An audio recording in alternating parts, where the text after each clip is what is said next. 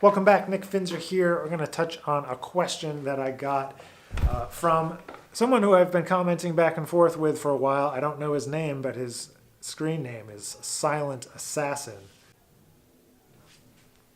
But Silent Assassin left me the following question. He says, "Hey Nick, if you had an hour of practice, do you truly practice that hour or do you stay focused and sometimes go off topic and can't seem to practice for that last 10 or 15 minutes? I feel like I could practice for a half hour completely focused, no issues, and get nothing done, and even 45 minutes sometimes, but I'm left with 10 or 15 minutes that I know I could use effectively."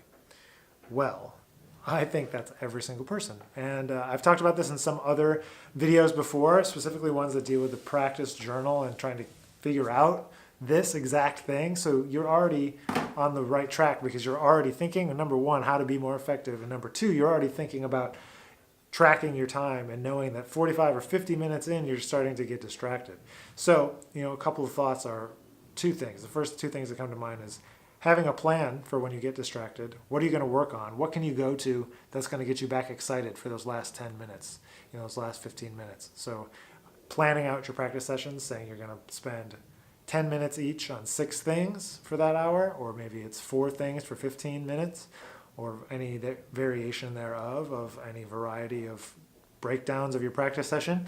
And then beyond that,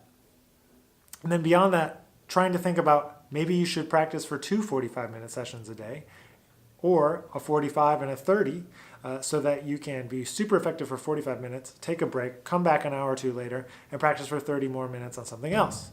And that way you get even more practice and is more effective. I think each person needs to figure out what works for them. Some people are great at practicing all day, and some people aren't, and some people need short bursts. I've talked about this before, but for me, when I was in college, using a practice journal, what I figured out was in the 90 minutes to 2-hour range, I started to get super unfocused, started taking my phone out, looking at Twitter, looking at Instagram, whatever. I realized I was being wasteful of that time and that I wanted to not be wasteful, so I decided to cut that out and decided to be like, all right, I'm going to practice only for 90 minutes and I'm going to force myself to finish the session and move on and then come back later. So I decided 3 90-minute sessions was ideal. I usually left 90 minutes to 2 hours in each of those.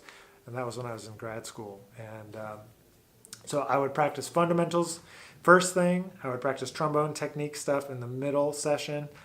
Maybe if there was a piece I was working on or an etude or something like that. Maybe some jazz stuff, but most of the jazz stuff went into the third category.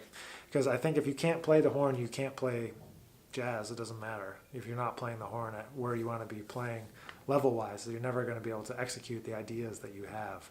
Back to the question, I think that everyone goes through this. You're on the right track.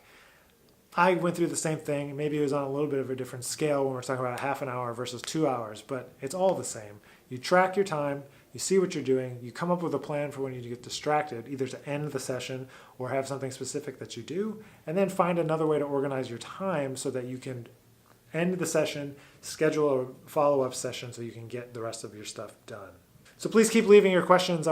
These are really great questions and I want to be able to answer them because I think they apply to more than just one person.